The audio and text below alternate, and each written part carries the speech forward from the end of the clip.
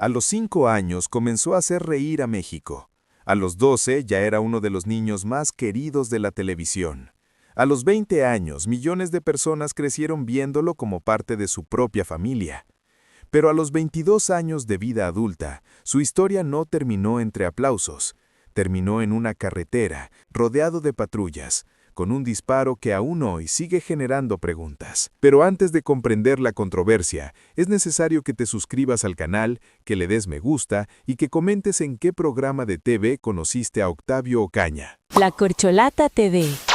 Cuando se anunció su muerte, la reacción en México fue inmediata y profundamente emocional, como ocurre cuando una noticia inesperada interrumpe la rutina diaria y obliga a las personas a mirar la pantalla del celular con incredulidad, intentando confirmar si lo que leen es verdad o simplemente otro rumor de Internet. Octavio no era únicamente un actor reconocido. Para millones, siempre fue Benito, el niño ingenuo que creció frente a las cámaras, el personaje que hacía reír sin esfuerzo y que transmitía una inocencia que parecía inmune al paso del tiempo. Una presencia familiar que aparecía en la televisión mientras la familia cenaba o mientras alguien gritaba desde la cocina que la comida ya estaba lista. Por eso la noticia no se sintió lejana ni ajena, sino cercana y personal, como si se tratara de alguien que formaba parte de la vida cotidiana de todo un país.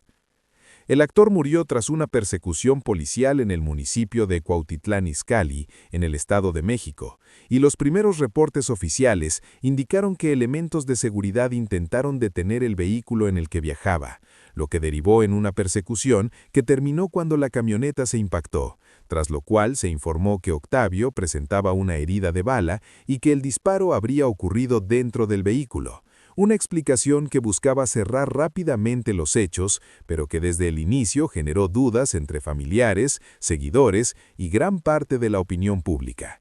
La familia del actor rechazó la versión inicial y solicitó que se realizara una investigación clara y transparente, afirmando que Octavio no tenía motivos para dispararse, ni antecedentes de comportamiento violento, lo que incrementó la sospecha colectiva y abrió la puerta a cuestionamientos sobre lo ocurrido. La polémica aumentó cuando alguien del entorno de Octavio dijo que ellos ya sabían quién lo había desvivido desde el primer momento. Siempre supimos quién había sido el culpable, nunca hubo que buscarlo. Estas declaraciones encendieron las redes y cuando algo no encaja desde el principio, el mexicano promedio activa ese instinto de sospecha que aparece cada vez que una historia oficial cambia demasiado rápido, esa sensación persistente de que hay piezas faltantes en el rompecabezas y de que la explicación final todavía está incompleta. Comenta si crees que todo estaba planeado por parte de la policía desde el principio. Con el paso de los días, comenzaron a difundirse videos y fotografías que aumentaron las dudas públicas, ya que en algunas grabaciones se observaba a elementos policiales manipulando objetos dentro del vehículo después del impacto, lo que generó cuestionamientos inmediatos debido a que la preservación de la escena es fundamental en cualquier investigación, pues alterar evidencias puede comprometer la reconstrucción de los hechos y debilitar la confianza en los resultados periciales. Diversos especialistas señalaron que el manejo adecuado de la escena es clave para garantizar transparencia y credibilidad, por lo que las imágenes difundidas provocaron un debate intenso en medios y redes sociales, mientras la Fiscalía del Estado de México informaba avances en la investigación y la policía salió a dar declaraciones que no hicieron más que echarle sal a la herida. Sin embargo, peritos independientes contratados por la familia señalaron inconsistencias en la trayectoria del disparo y cuestionaron la forma en que se manejó la escena. Y van por homicidio. Ellos bajan a mi hijo y lo matan. Lo que mantuvo viva la controversia y reforzó la percepción de que el caso estaba lejos de ser completamente claro. Conforme avanzaron las investigaciones, uno de los policías implicados fue detenido por su posible responsabilidad en irregularidades relacionadas con el caso. Ya está detenido el primero, otro se nos dio a la fuga, pero estamos con todo. un hecho que confirmó que las autoridades estaban revisando la actuación policial y que existían elementos suficientes para profundizar en la investigación, aunque la detención no disipó todas las dudas, sino que fortaleció la idea de que la versión inicial no había contado toda la historia. Mientras tanto, la opinión pública se dividía entre quienes defendían la versión oficial, quienes exigían justicia y quienes simplemente sentían que algo no estaba bien, una sensación profundamente arraigada en la experiencia colectiva de un país donde la desconfianza institucional se ha construido a lo largo de los años y donde cada caso polémico reabre heridas que nunca terminan de cerrar. Comenta tu opinión del caso. Tu opinión es muy importante.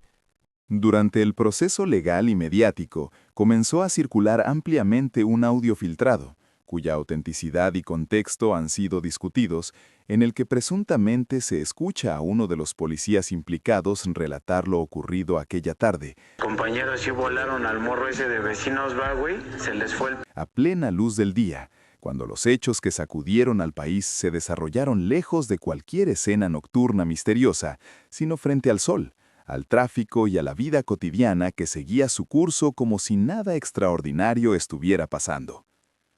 En la grabación, según lo que se alcanza a escuchar, Sentían que era la mera mafia y lo tenían que volar. el agente sugiere que lo sucedido habría estado planeado con anticipación y menciona que el actor, conocido popularmente como Benito Rivers, supuestamente tenía vínculos con actividades delictivas, afirmando incluso que lo tenían que volar.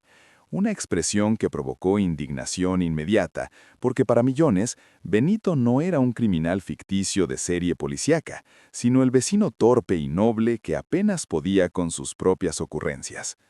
En el mismo audio, también se menciona la versión de que el actor habría acudido al lugar para comprar droga, un señalamiento que no fue confirmado oficialmente y que fue rechazado por su familia, quienes insistieron en que estas versiones parecían más intentos de justificar lo ocurrido que hechos comprobados.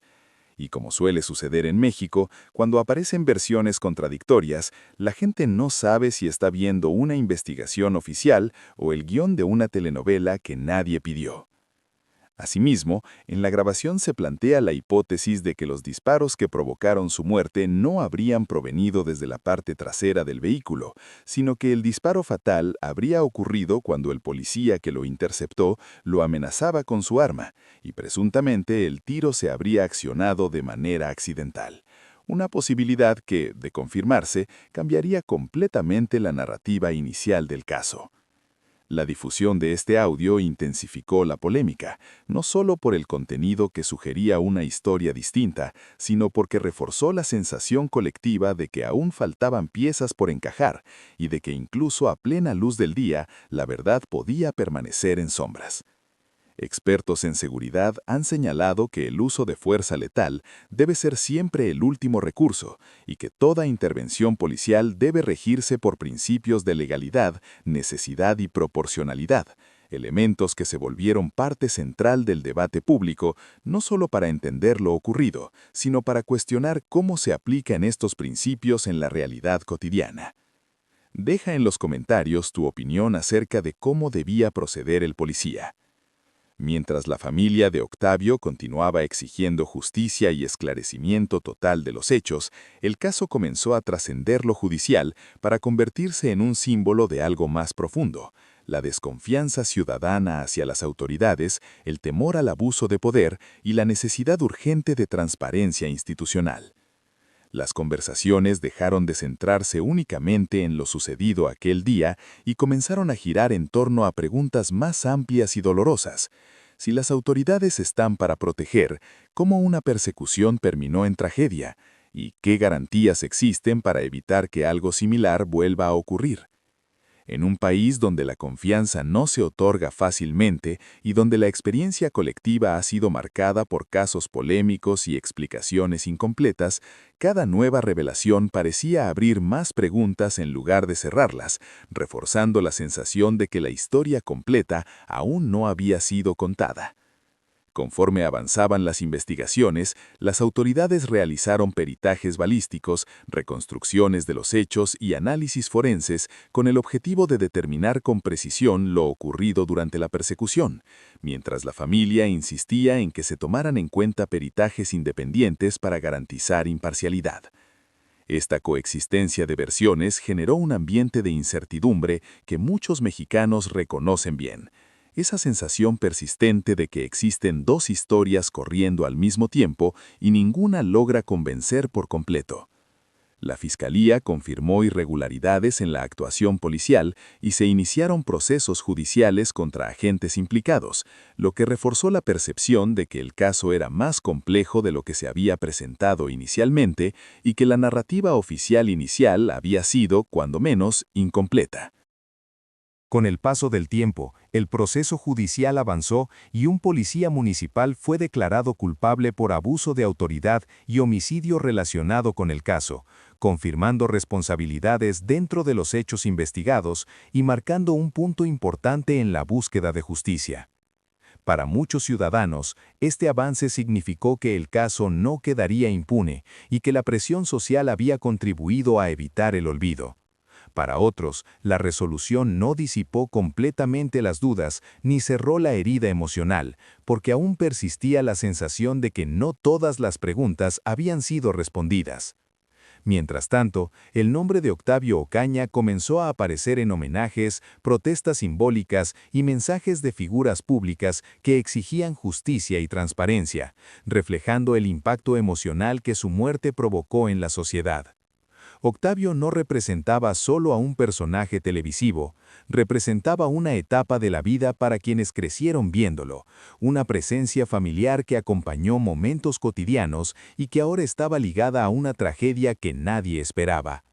Con el tiempo, el caso dejó de ser únicamente un expediente judicial para convertirse en un reflejo de algo más profundo, la necesidad de confianza entre ciudadanos y autoridades, la importancia de investigaciones transparentes y el deseo colectivo de que la justicia no solo exista, sino que también sea clara y creíble.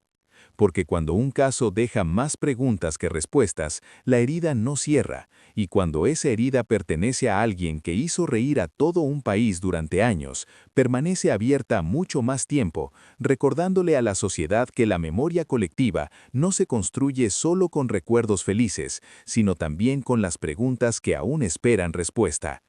La historia de Octavio Ocaña no solo marcó a la industria del entretenimiento ni a quienes siguieron su carrera desde la infancia, marcó a una sociedad que se vio obligada a confrontar sus propias dudas, sus temores y su necesidad de respuestas claras. Aquí hablamos de los casos que dejaron huella, de las historias que siguen generando preguntas y de los hechos que merecen ser entendidos más allá de los titulares. Suscríbete ahora, activa la campanita y únete a esta comunidad donde recordamos, analizamos y buscamos respuestas, porque entender el pasado también es una forma de proteger el futuro. Nos vemos en el próximo video.